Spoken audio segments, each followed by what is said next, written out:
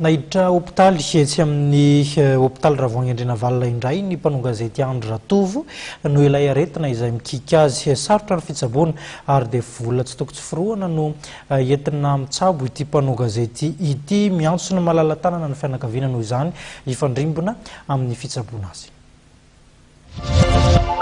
Mihasarotra ny aretin'ny Andry Ratovo, mpanao gazety izay tratra ny aretin'ny voa.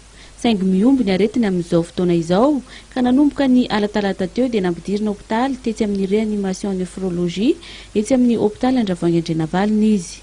Mikasika fahasalamana zany tena kritika be mihitsy ilay izy dia lasa misy olana hafa koa zany dia fahasalamana ankoatran'ilay rein iny, ankoatran'ilay marary voa, lasa misy manangon-drano ny kibony dia sitomana rano foana ilay kibony zany. Dia iny zany miteraka olana be amin'ilay mikasika anazy satria mila oxygène en permanent. Dia izay mbola angatahana fanampiana hoe etsireo hoe tsisy zavatra azo atao ve na zavatra azo fanampiana amin'ny riva zany. Talata riva zany izy miditra tato hoe en urgence mihitsy. Satria tena sepotra be mihitsy nefa izay indroa isan-kerinandro rehefa manao dialyse foana.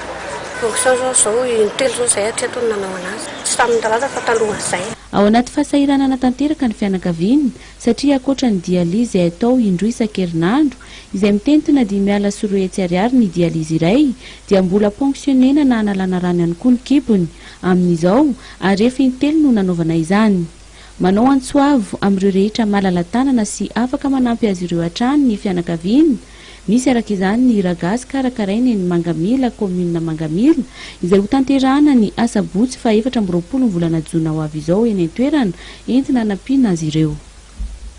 Fanentanana ny olona dia Ragasy izy io, Ragasy izay atao any Mangamila, ny rahana niasa tamin'ny commune Mangamila, maire Mangamila izay nomenay maimaimpona monsieur Adjason, menanay maimaimpona ny autorisation sy ilay toerana azo anaovana ilay Ragasy. Amin'ny 24 jona manomboka 10 sasany maraina dia ilay izy ao anatin'ny tsena be sady ao anatin'ny fanomanana ny fetim-pirenena any toerana. Ho an'ireo maniry te hanampy ny Andry Ratovo dia afaka ataony mandefa izany amin'ny laharana 033 85 368 78 sy ny 034 31 005 63. Etsy amin'ny hôpitaly AJRA service réanimation néphrologie akaiky ny banque BFVSG ihany koa no misy azy amin'izao fotoana izao.